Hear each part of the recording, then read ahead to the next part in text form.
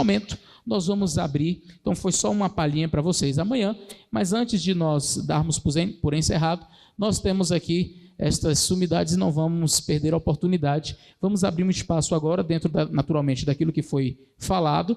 Você que tem dúvida, poder fazer. Nós vamos abrir espaço para 3 perguntas, para que não fique muito extenso. Você pode dirigir as perguntas ao palestrante ou aos demais da mesa, caso você queira, mas desde que não fuja muito do assunto que foi mencionado aqui. Nós temos 2 microfones, o outro microfone sem fio está por aqui? Está na cadeira, né? Ok, vou contar com a colaboração do meu amigo aqui, Hélio, que já está descendo. Alguém tem uma pergunta? Alguém gostaria de fazer a pergunta? Lá atrás. Lá atrás. Você diz para quem vai fazer a pergunta e a mesa vai responder. Depois nós encerramos, tá bom?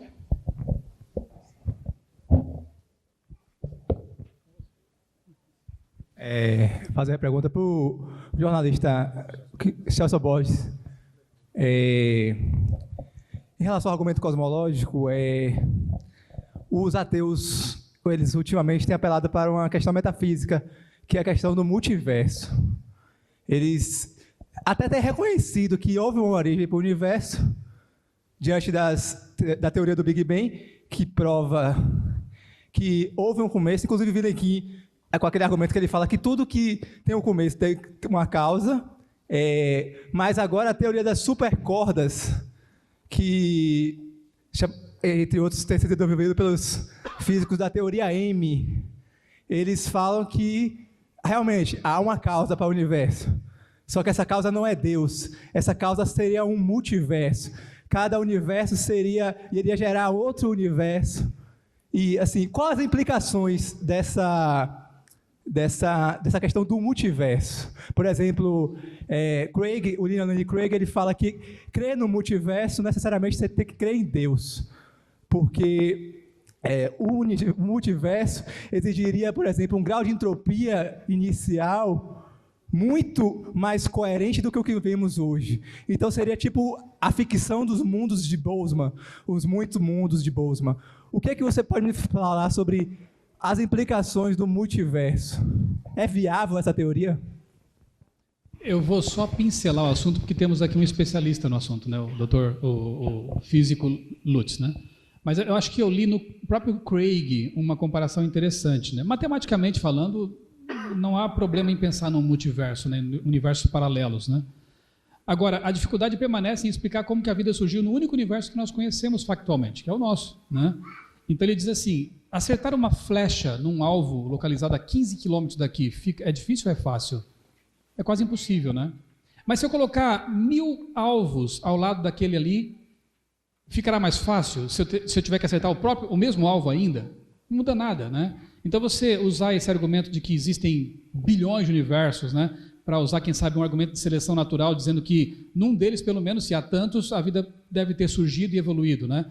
Não ajuda muito porque nós continuamos com a dificuldade de naturalmente explicar como que a vida surgiu neste universo. Entendeu? Eu não creio que isso facilita muito a vida dos que pensam de forma naturalística, né? Mas o Lutz pode aprofundar a questão aí. Bom, amanhã a gente vai conversar um pouquinho mais sobre isso, na parte ali de origem do universo. Mas o ponto é o seguinte: a ideia do multiverso, ela tem um fundamento técnico na teoria das cordas, ou melhor, nas teorias das cordas, que são várias.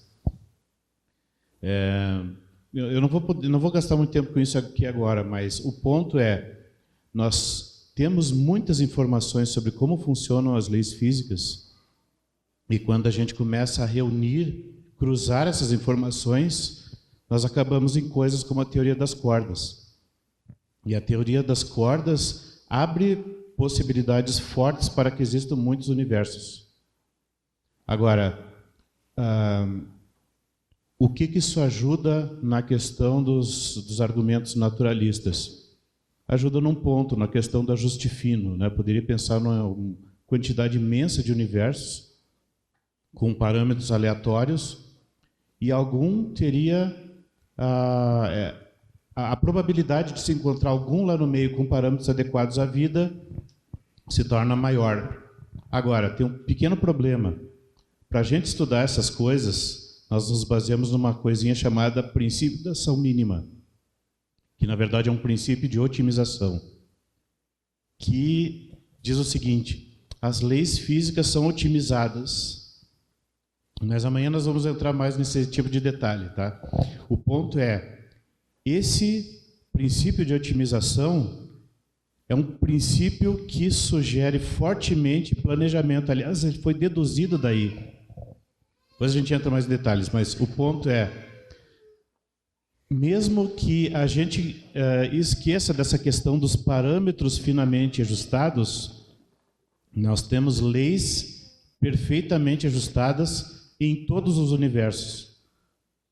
Então não resolve o problema da falta de planejamento, né, para universos. Não resolve. Desculpe, eu estou com a garganta pior que a do Michelson. Mas, então, se a gente vai analisar essas coisas, nós encontramos um fio da meada que, quando a gente começa a puxar, a gente acaba no mesmo ponto de partida que estava tentando resolver antes. Ou seja, a gente encontra conexão com o teorema ontológico, que a gente vai ver um pouquinho amanhã, e com a questão do princípio da ação mínima, que foi algo descoberto por causa da Bíblia, a partir de características do Deus da Bíblia. E o teorema ontológico também gera isso, mas depois amanhã a gente entra em detalhes daí. Em alguns detalhes, né, porque isso é um tema complexo, técnico, profundo, né, não dá para a gente abordar isso completamente numa palestra, mas eu vou procurar dar vários detalhes para vocês terem uma ideia que tipo de coisa tem que pesquisar para entender isso a fundo.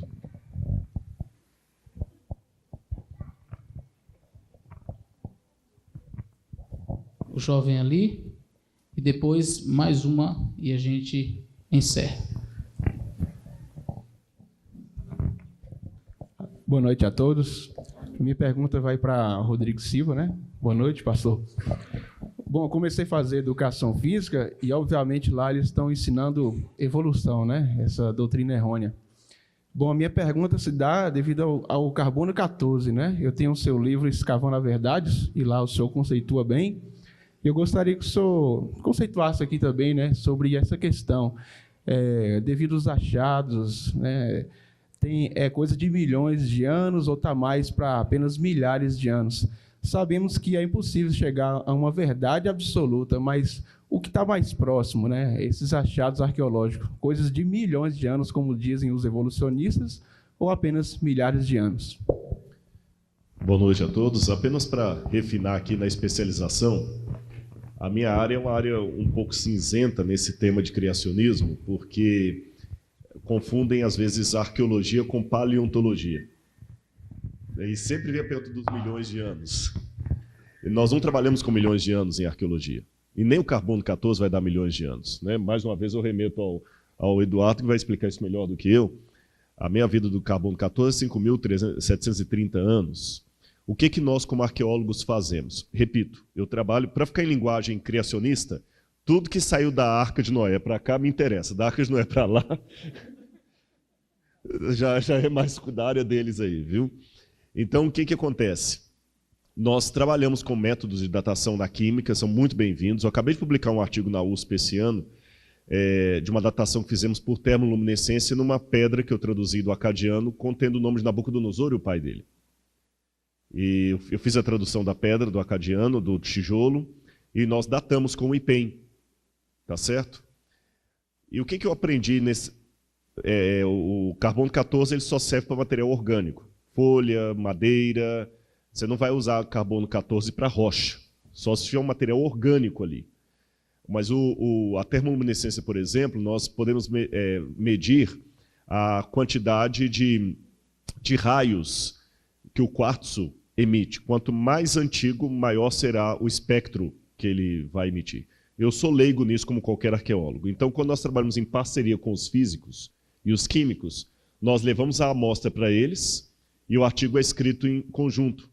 Eu faço a parte da tradução do acadiano, da datação relativa, que pelo estilo da letra, da escrita, eu sei que pertence ao sexto século, e ele entra com a parte técnica do reator lá do IPEM, que nós traduzimos e tudo mais, tá bom?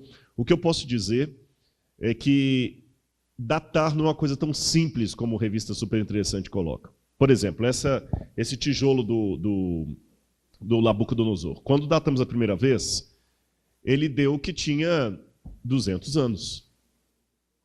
100 e poucos anos. Eu falei, mas foi tirado do Iraque, será que é falso? Aí o próprio pessoal do IPEM falou, não, calma, é porque nós tiramos algumas amostras ali que não tinham quarto suficiente para datar. Precisamos de mais quartos. Pegamos a pedra, colocamos no reator de novo, isso demora tempo, tiraram mais quartos. Aí já deu outra data. Aí deu a data de 300 anos antes de Cristo, aproximadamente. Nós trabalhamos com uma percentagem de alguns anos para mais ou para menos, aí com margem de erro. 300 anos não é a época de Nabucodonosor. Aí, como é que eu resolvo esse problema aqui? Aí o próprio professor Casimiro Munita falou comigo assim, olha, o que nós podemos datar a última queima do tijolo para cá. Porque quando você queima em alta temperatura, você zera a contagem. Zera a contagem. Eu falei, então foi a última queima, então já tem uma solução possível. Quando você vai nos escritos antigos, você descobre que Alexandre o Grande queimou o templo de Eságuila em Babilônia. E aquele tijolo era provavelmente do templo de Eságuila. Então a datação que eu obtive ali não foi de quando o tijolo foi queimado, mas foi da última queima do incêndio de Alexandre o Grande. O que eu estou contando essa historinha para você? Que nem sempre a datação em laboratório será real, embora seja verdadeira. Pode parecer paradoxal o que eu estou falando. A data é verdadeira, mas não é necessariamente real. Ela é verdadeira por quê? Porque ela me deu a data da última queima do tijolo. Mas ela não é real no sentido que o tijolo pode ter sido queimado 200 anos antes e teve uma outra queima feita pelo exército de Alexandre Magno. Percebeu? A mesma coisa funciona com o potássio argônio, com o carbono 14. Você tem que ver a questão da amostra, as interferências que houve fora, o próprio pressuposto filosófico com o qual o físico está trabalhando. Por exemplo, em geologia você tem dois tipos de eventos. Você tem os eventos ordinários e extraordinários. Ordinários são aqueles que estão acontecendo agora, mas nós não conseguimos testemunhar. Por exemplo, esse prédio está decaindo. Ele está decaindo, mas nós não conseguimos ver. Mas se você perguntar ao engenheiro quanto tempo esse prédio continua de pé, sem nenhuma intervenção humana de restauração ou manutenção, ele vai falar, talvez daqui a 500 anos o prédio vai colapsar. Ok, isso é um evento ordinário. Mas, se houver um terremoto aqui, ele vai colapsar em 5 minutos. O que demoraria 500 anos um evento ordinário, gasta apenas 5 minutos num evento extraordinário. Se eu chego aqui e vejo o prédio colapsado, mas eu não trabalho com a hipótese do terremoto, vou falar que esse prédio foi construído há 500 anos. Então, todos esses elementos, o pressuposto filosófico, a questão da velocidade com qual os elementos químicos estão ocorrendo, se a amostra está em quantidade suficiente, se o maquinário está bem calibrado, se houve interferência, se houve contaminação da amostra, tudo isso pode mascarar o resultado da datação, somado, é claro, ao pressuposto filosófico daquele que está pesquisando. Então, como é que eu faço em arqueologia para ter uma datação? Nós cruzamos vários dados. No caso da pedra lá, do tijolo da Nabucodonosor, eu cruzei a datação relativa que eu fiz, com base no tipo da escrita, com os elementos históricos, com as várias vezes que foi ao laboratório. Nós trabalhamos com vários elementos ao mesmo tempo para ter uma hipótese mais razoável. Não sei se com isso eu respondo a questão, e a parte dos milhões, de novo, eu também remeto ao Lutz aqui, que vai falar com mais propriedade do que eu. É só explicando, a questão da datação do carbono 14 é porque todo o elemento vivo ele tem C14. E quando nós morremos, há um decaimento desse C14.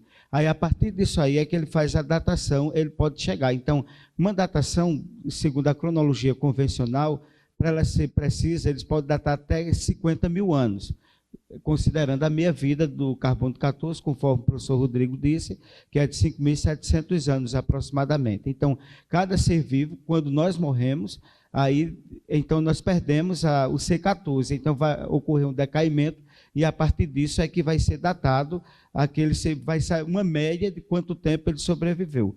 Agora, evidentemente que vai ter uma diferença de como você vai datar um fóssil.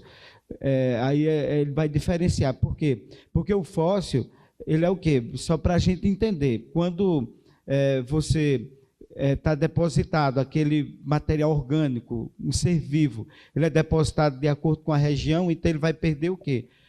O osso ele vai se transformar em quê? Em rocha, em pedra. Então ele é poroso, o osso, então ele vai absorver os sais minerais, ele deixa de ser osso e passa a ser uma rocha.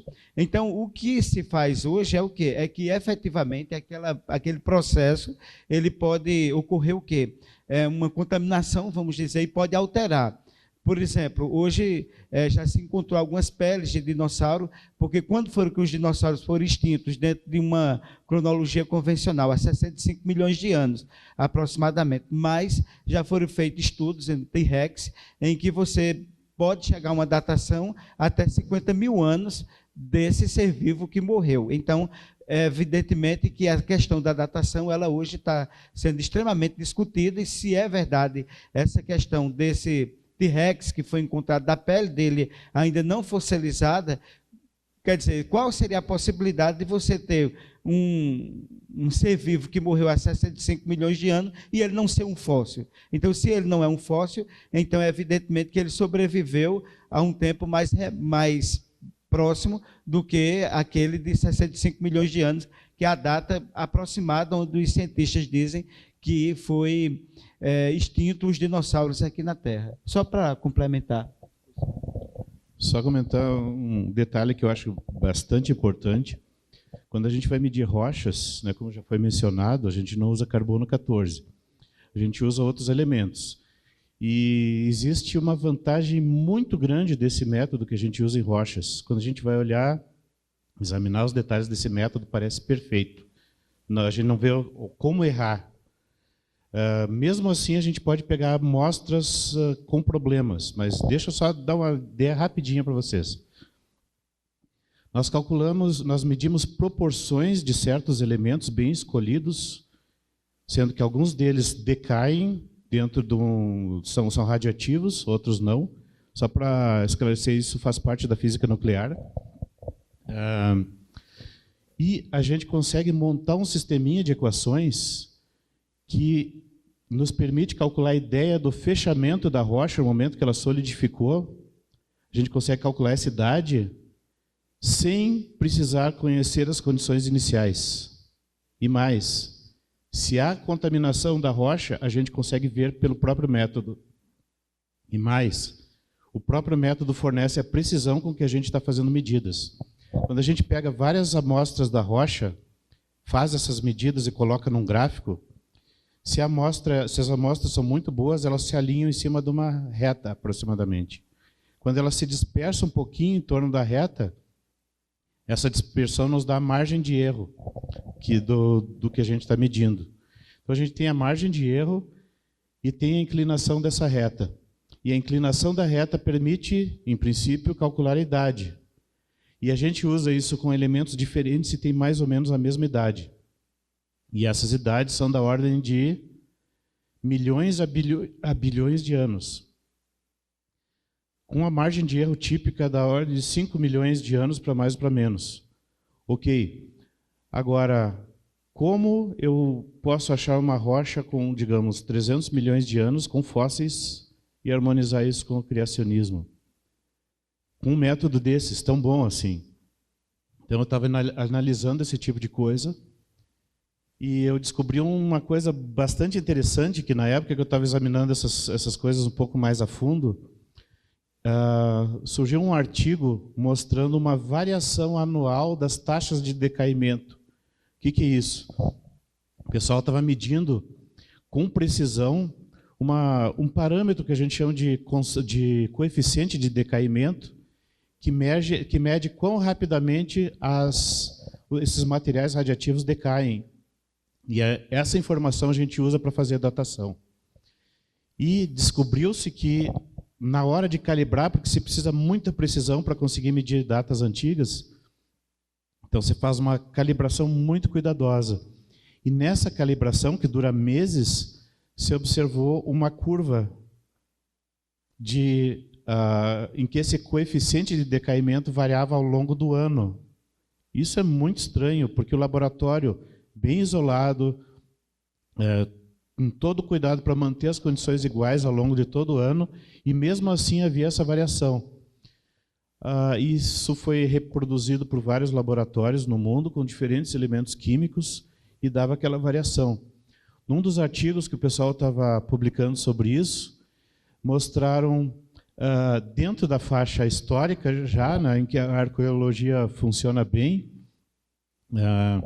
medições com carbono 14 de tecidos orgânicos e tendo outros dados para calibrar, né, outros métodos independentes do carbono 14 para calibrar. Lembrando que carbono 14 é só para tecidos orgânicos, como o pessoal colocou aqui. Então, houve uma época que houve grande atividade solar, e isso ficou registrado na história. E eles notaram, na calibração do carbono 14, exatamente naquele período, ter uma oscilação bem forte. Então, isso afeta o carbono 14 também. Entre outras coisas, o carbono 14 é afetado por muita coisa que a gente precisa levar em conta, inclusive o campo magnético da Terra. Mas como fica essa questão da datação das rochas? Então, essa variação anual ela é muito pequenininha, muito sutil. Então o pessoal diz assim, não precisa se preocupar com isso para a questão da datação, porque para as idades que a gente está calculando, essas minúsculas variações vão só aumentar um pouquinho a margem de erro, não vai fazer tanta diferença, não vai mudar ordens de grandeza. Só que há um pequeno detalhe. Essas variações anuais, elas reagem à distância entre o Sol e a Terra.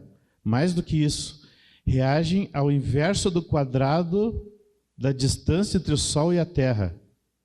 Eu sei que é uma expressão ruim de acompanhar intelectualmente ou intuitivamente, mas isso tem um significado técnico importante. Alguma coisa que o Sol emite, ou qualquer coisa que o Sol emite, ela cai de intensidade com o quadrado da distância. Então, quanto maior a distância, se a distância ficar 2 vezes maior, a intensidade de qualquer coisa que o Sol emitir vai cair, vai ficar 1/4 do original. Pois bem, os dados que a gente tem indicam que o Sol emite alguma coisa, não se sabe o que é. Existe suspeita que sejam neutrinos, por exemplo, mas não se conhece nenhum mecanismo que possa explicar isso. O Sol emite alguma coisa que afeta o coeficiente de decaimento de materiais radiativos, pelo menos de muitos observados. Que implicação isso tem? Uma taxa pequenininha ao longo do ano, ok, mas o Sol nasceu em algum momento. Antes dele existir, não havia nenhuma emissão desse tipo de coisa. Ao longo da vida dele, essa coisa teve que ir de 0 a 100% como é hoje. Então foi fazer umas continhas, umas estimativas. O que acontece com a taxa de decaimento com uma variação de 0 a 100%? Qual é a margem de erro que a gente obtém? Bom, depende muito da curva, exatamente como cresceu ao longo do tempo a emissão, seja lá do que for. Se ela subiu ao longo de uma reta, ou de uma curva assim, ou assim, faz muita diferença. Então a gente precisa conhecer exatamente o histórico para conseguir calcular a idade correta das rochas. Então eu chutei algumas coisas lá para ver que diferença dá. Reta, principalmente, né? Fica no meio ali. E eu vi que a gente consegue ter uma margem de erro de até 100%. Ou seja, se eu medir que a idade de uma rocha é 3 bilhões de anos, significa que ela tem qualquer coisa entre 0 e 6 bilhões de anos. Agora, mas espera aí, esse método não é preciso? Sim, ele é preciso. Se eu repetir esse método com amostras das rochas e usando elementos diferentes, eu vou ter valores parecidos. E eu reproduzi isso matematicamente.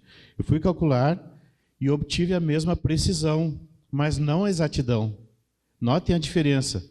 Na precisão, eu consigo reproduzir os mesmos números. Então, parece que está certo.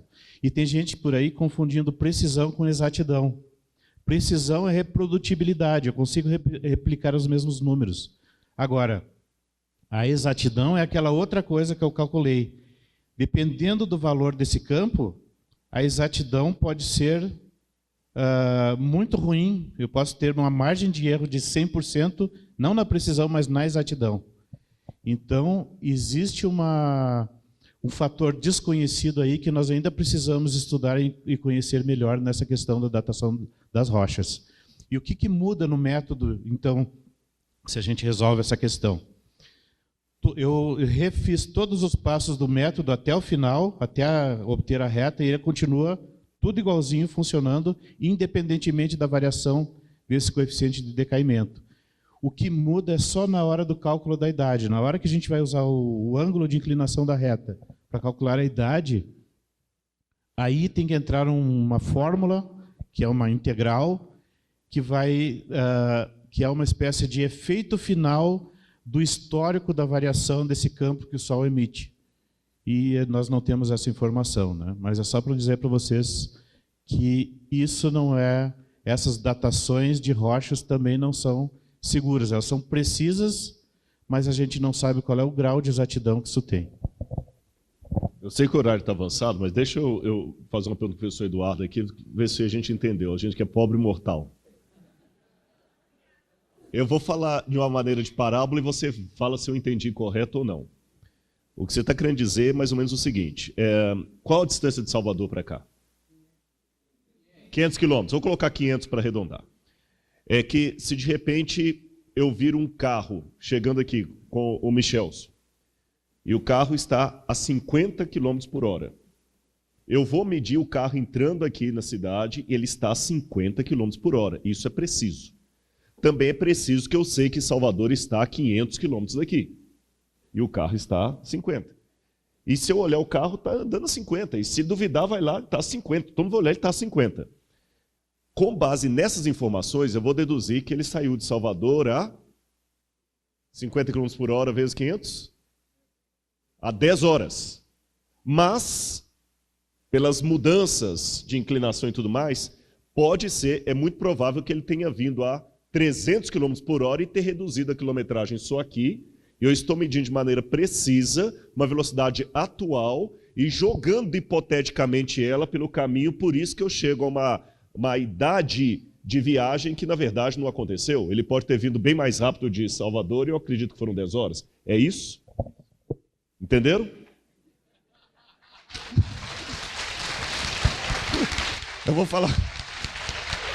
vou falar com vocês um provérbio arqueológico aqui. O Eduardo, a gente é amigo há muito tempo e ele sabe que eu fico prestando atenção na palestra dele assim, até a metade eu consigo entender. Tem uma hora que eu consigo pedir oração a Deus. E eu prefiro... A arqueologia é mais tranquila, viu, Eduardo? Porque tem um provérbio arqueológico que é assim. Eu cavo, tu cavas, ele cava. Nós cavamos, vós cavais, eles cavam. Pode não ser bonito, mas é profundo. Amigos, só um detalhezinho. Não retirem a pulseira, que amanhã, a entrada, você terá que estar com essa pulseirinha do evento, tá bom? Então, guardem a pulseira, nós vamos estar lá recebendo todos vocês com muito carinho, mas apenas aqueles que estiveram com a pulseira. Tem a última pergunta bem rápida, eu prometi que seria 3. Não tendo... Mas, moço, eu já estava dando por encerrado o negócio. Essa aqui é rápida. É rápida, vamos lá. Para quem? Qualquer componente da bancada, mas eu acho que foi um acontecido com o Rodrigo, eu acho que devem perguntar isso em todas as palestras que você deve estar presente. Ficou marcado, entrevista com o Jô Soares, onde você esclarece aquela diferença, foi fantástico, sobre fé e fideísmo. Mas o que me pergunto é a quantidade de cristãos, muitas vezes cientistas cristãos, que acabam chegando ao ateísmo, se aprofundando, muitas vezes tentando encontrar na sua fé as evidências da existência de Deus. Enquanto que outros, que são ateus, ao buscar essas evidências, encontram a sua fé. Eu queria entender um pouco, talvez seja a minha maior dificuldade, de compreender até onde, qual é o nosso limite entre a fé e o fideísmo. Eu acredito que deve existir aí algum parâmetro, eu tenho dificuldade de encontrá-lo. Gostaria, se fosse possível, também esclarecer um pouco essa diferença entre fé e o fideísmo, E se existe algum limite ali que é bom a gente entender e respeitar. Eu até aproveito o gancho da sua pergunta para terminar aqui, senão daqui a pouquinho não vai ser criacionismo, vai ser criacionismo, né? Vai ser criacionismo. Até alguns estão entendendo, nós estamos num ambiente universitário. Aqui não é uma igreja, né? Por isso até que a questão da oração não é que nós negamos a Deus, mas nós estamos numa universidade que o papel de encontros como esse é deixar as portas abertas. Porque se nós transformarmos isso aqui num culto, se eu fosse ateu e estivesse sentando, eu já não viria amanhã. Me chamaram para ouvir palestrantes e cientistas, eu vim aqui ouvir um culto eu ia à igreja. E aqui é um ambiente público, o Estado é laico. Se nós transformarmos isso aqui numa capela, pode ser que nós fechemos a porta aqui, nunca mais a UFBA deixa fazer um encontro com religiosos aqui. Então, aproveito o gancho da sua pergunta para a gente falar bem diferente. Ninguém aqui está negando a Deus, e não vou insultar a inteligência de ninguém. Os ateus, agnósticos que aqui estão, talvez até professores universitários, sabem que aqui estão pessoas que creem em Deus, somos criacionistas. Mas aqui eu não estou fazendo uma pregação, nem Michelson, nem os que vão falar. É uma palestra. E dentro da palestra eu vou responder a sua pergunta de maneira bem cartesiana, qual a diferença entre fé e fideísmo. Existem alguns teóricos, como Søren Kierkegaard, que falavam do fideísmo como sendo o pulo da fé. Nós temos que entender em Kierkegaard o que ele quis dizer com isso. Mas eu, particularmente, vejo o fideísmo como sendo algo problemático. Machado de Assis escreveu Quincas Borbas, e tem lá a história de agora o nome do personagem, daqui a pouco eu lembro, que ele falava que no Quincas Borbas aparece esse personagem, que ele era mais crédulo do que crente. Era mais crédulo do que crente. Daqui a pouco eu lembro o nome do personagem do Quincas Borbas que ele menciona lá. Ele é o protagonista da história, sabe? Apesar do outro acabar entrando, o nome ser Quincas Borbas. E eu fiquei pensando nessa frase, ele era mais crédulo do que crente. Onde está o limite entre fideísmo e fé? Lembrando que fideísmo é a fé que não exige evidências, que não precisa de palestras como esta. Um dos maiores elogios preocupantes que eu tenho é quando eu encontro algum crente que fala assim, nossa, como bom seu programa Evidências, né? Assim, para quem não tem fé na Bíblia, porque para quem tem, não precisa daquilo ali, né? Eu acho que não é assim. Eu entendo o seguinte, da seguinte maneira, mesmo que eu seja um cético, um agnóstico, um cético radical, eu tenho que levar em consideração que eu preciso do elemento fé para alcançar muitas coisas. Quer um exemplo? Vou dar mais de um aqui. Por mais que eu entenda de arqueologia, eu não entendo nada de física. Então, como eu falei com você que eu fiz esse artigo com o pessoal da USP lá, eu não sei medir o quartzo, as radiações que o quartzo mede. Então, quando os físicos do IPEM falaram comigo assim, esse tijolo que você datou, essa queima é de 300 anos antes de Cristo, eu aceitei pela fé. Porque eu não tenho know-how suficiente para dizer que é realmente daquele jeito. Da mesma maneira, quando eu falei com eles que no acadiano está escrito, eu sou Nabucodonosor, provedor dos tempos, ele também aceita pela fé, porque ele não entende nada de gramática acadiana. Então, eu aceito que aquela pedra teve a última queima em 300 a.C., aproximadamente, com base na palavra do Casimiro e dos outros físicos do IPEM. E ele também aceita que ali está escrito o nome de Nabucodonosor com base na minha palavra, porque ele por si mesmo não tem know-how para checar que a tradução está correta. Então você nota que até eles precisam de fé. Tá certo? Mesmo que o Michelson falou assim, olha, o jornalista acaba sendo generalista, mas tem muitas coisas que ele fala baseadas nas autoridades, nos nomes. Ele não verificou tudo aquilo que ele falou. E mesmo o físico que estudou aquela questão do DNA não pode falar muita coisa sobre a física quântica. Então, na verdade, todos nós estamos num jogo de fé. Agora, o que vai diferenciar essa fé racional de um fideísmo? Eu diria da seguinte maneira, imaginemos que eu esteja numa sala, eu gosto desse exemplo, e começa a pegar fogo ali, o prédio. E eu estou preocupado, desesperado, e começa a pegar fogo. O meu senso, o meu instinto de sobrevivência vai me indicar que corra para o lado da porta. Mas quando eu vou para o lado da porta, imagina que sai do meio da fumaça um sujeito vestido com a roupa de bombeiro. E aquele bombeiro vira para mim e fala assim, não vá para lá, não abra a porta. Talvez o bombeiro saiba que atrás daquela porta ali deve ter, se eu abrir a porta vai dar um fluxo de ar e o o fogo vai vir para cá, ele não abre a porta. Venha comigo.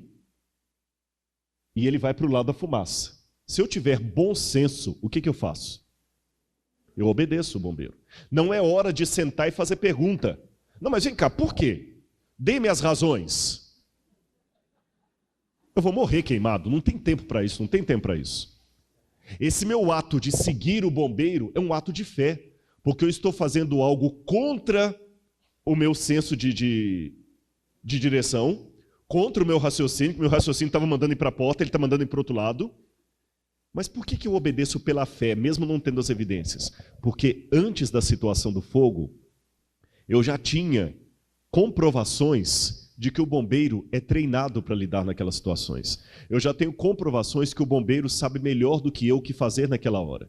Com base nesse conhecimento prévio, eu tenho fé suficiente para crer no bombeiro, mesmo sem ter todas as evidências locais. Agora vamos mudar a história. Eu estou no mesmo incêndio, e ao invés de aparecer um cara do corpo de bombeiros, aparece uma menina com síndrome do pânico. E ela me agarra a mão e fala assim, não, vai para lá, venha comigo por aqui. E eu sigo essa menina. Estou desesperado. Aí já não é fé, é fideísmo. Percebeu a questão? Aí é fideísmo. É o desespero de sair dali, é tão grande que eu me agarro a qualquer coisa que apareça, mesmo sabendo que aquilo ali não tem sentido algum que ela está falando. Então, com a realidade, é assim que a coisa funciona. Eu não tenho todas as cartas do jogo. Ele não tem todas as respostas da questão do sol, mas tem algumas pistas. Então, com base na Bíblia, o que acontece? Eu tenho muitas evidências de que esse é um livro real. Eu parabenizei o Michelson aqui, não foi um parabéns que eu dei pro forma, não. Eu achei a palestra dele muito lúcida. E eu não sou de elogiar, eu sou muito cartesiano para elogiar. Eu posso ficar calado, mas eu sou crítico. Quando eu duvido de uma coisa, eu critico. Eu tenho uma responsabilidade acadêmica. Mas eu falei, Michelson, parabéns, foi claro, foi objetivo, foi ao ponto e tudo mais. Mas ele deu muitas evidências ali. As evidências que ele deu respondem a tudo? Não. Mas me dão um conhecimento suficiente para distinguir no meio do fogo a diferença entre um bombeiro e uma menina com síndrome do pânico. Essa é a diferença entre fé e fideísmo. Espero ter ajudado. Não podíamos terminar melhor, né? Amigos, amanhã estaremos aqui novamente às 8 horas da manhã, você não pode perder. Agradeço a você por ter vindo, não esqueça, continue sua fitinha aí no braço e até amanhã, se Deus quiser. Uma boa noite para todos.